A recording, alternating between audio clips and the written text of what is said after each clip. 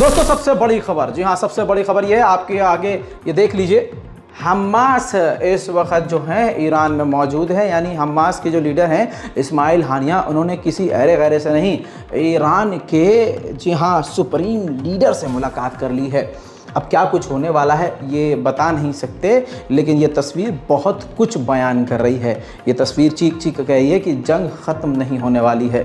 इस्माइल हानिया से जुड़ी हुई खबर आपको गाज़ा से दूं तो IDF ने, इजराइल डिफेंस फोर्सेस ने इस्माइल हानिया के घर पर गाज़ा में हमला कर दिया। कहा जा रहा है कि घर पर उस वक़्त ना इस्माइल हानिया थे, ऑफकोर्स वो नहीं थे, और ना उनका परिवार था। बहरहाल घर तो पूरी तरह से तबाह हो गया है। हमास के दूसरे लीडरों को भी काफ़ी नुकसान पहुंचा है, सैकड़ों हमास के लड़ाके मारे गए हैं। ऐसे में ख़तरनाक जंग के मौके पर इस्माइल हानिया का यहाँ ईरान में मौजूद होना बड़ी बात है। जॉर्डन की राजधानी अम्मान में इस वक्त अरब देशों के साथ अमेरिका की मीटिंग चल रही है। इस दौरान इजिप्ट के विदेश मंत्री ने साफ तौर से कहा है कि गाज़ा पर कुछ भी बोलना कि गाज़ा को किसको हाथ में दिया जाएगा, गाज़ा किसके हाथ में जाएगा, ये कहना बहुत जल्दबाजी होगी। सबसे पहले ज़रूरी ये है कि जंग रोकी जाए, सीज़ फायर हो, और जहाँ ये सब कुछ हो रहा है यानी गाज़ा में ये जो कत्लेआम हो रहा है, तुरंत इसको बंद करना चाहिए। अमेरिका के विदेश मंत्री एंटोनी ब्लिंकन ने वहाँ भी जाकर पता है क्या कहा है कि इजराइल को अधिकार है अपने पूरे बचाव का। सवाल ये है कि जब एयर स्ट्राइक इजराइल पर नहीं हो रही है, सस्ती सड़ी और गली मिसाइलें ही सिर्फ इजराइल पर गिर रही हैं जाकर, जिससे इजराइल का ज़्यादा नुकसान भी नहीं हो रहा है, तो इसमें डिफेंस के नाम पर कत्लेआम मचाने का मतलब क्या है।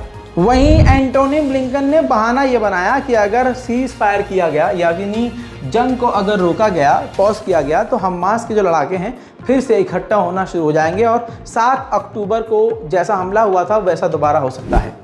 आगे उन्होंने यानी अमेरिका के विदेश मंत्री ने कहा कि हम अपनी ताकत, अपने सोर्स, अपनी दोस्ती, अपने इन्फ्लुएंस का इस्तेमाल करेंगे ताकि ये जंग आगे ना बढ़े। बाकी इजराइल को अपने बचाव का पूरा अधिकार है। वहीं मेरे दोस्तों, हमास ने बड़ा इल्ज़ाम अमेरिका पर लगाया है और बाइडन की सरकार पर लगाया है। हमास ने कहा जो आज जो गाज़ा के अंदर कत्लेआम हो रहा है, इसके पीछे सिर्फ और सिर्फ बाइडन की सरकार है, बाइडन की अथॉरिटी है। वही ये चाह रहे हैं कि कत्लेआम हो, वही ये चाह रहे हैं कि इजराइल का कब्जा गाज़ा पर हो। वहीं गाज़ा की अथॉरिटी ने कहा है कि 2200 से ज़्यादा लोग अभी भी मलबे के नीचे दबे हुए हैं और लगभग 1200 से 1300 उनमें सिर्फ बच्चे हैं जिनको निकालने की कोशिश की जा रही है। मेरे दोस्तों, इसके अलावा इजराइल को आप क्या समझ रहे हैं, वो तो पूरी तरह से हैवानियत दिखा रहा है, दुनिया देख रही है। ये देखिए, अल नस्र हॉस्पिटल के सामने हमला किया है। कल मैंने बताया था कि इजराइल ने 3 बड़े अस्पतालों के सामने हमला किया जिसमें नरसंहार हुआ है, और अब अल नस्र अस्पताल के बाहर। अब आप कहेंगे इसमें नया क्या है? नया ये है मेरे भाई, अल नस्र हॉस्पिटल जो है वो बच्चों का अस्पताल है जहां ये खतरनाक हमला इजराइल ने किया है। कोलंबिया और वेनेजुएला, इन 2 देशों ने एक साथ इजराइल के खिलाफ बयान दिया है। कहा है कि ये तो गैर कानूनी अंतर्राष्ट्रीय कानून का उल्लंघन है जो अस्पतालों को निशाना बना रहा है और अस्पतालों के बाहर इजराइल हमला कर रहा है। दोस्तों, जो कभी नहीं बोल रहा था वो अब बोला है। बेगैरत UAE अब बोला है कि अमेरिका को प्रेशर बनाना चाहिए कि जल्द से जल्द जंग ख़त्म हो जाए और अमेरिका को दबाव बनाना चाहिए इजराइल पर, ये जो गाज़ा के अंदर जो कुछ भी हो रहा है तुरंत नॉर्मल हो। IDF ने बड़ा बयान दिया है। इजराइल की फोर्स कह रही है, एयरफोर्स कह रही है कि हमने अपनी ताकत को, हवाई ताकत को अभी बचाया हुआ है, क्योंकि हम जानते हैं कि हिजबुल्लाह कुछ कर सकता है। हिजबुल्लाह के खिलाफ हमने अपनी ताकत को, हवाई ताकत को बचा कर रखा है।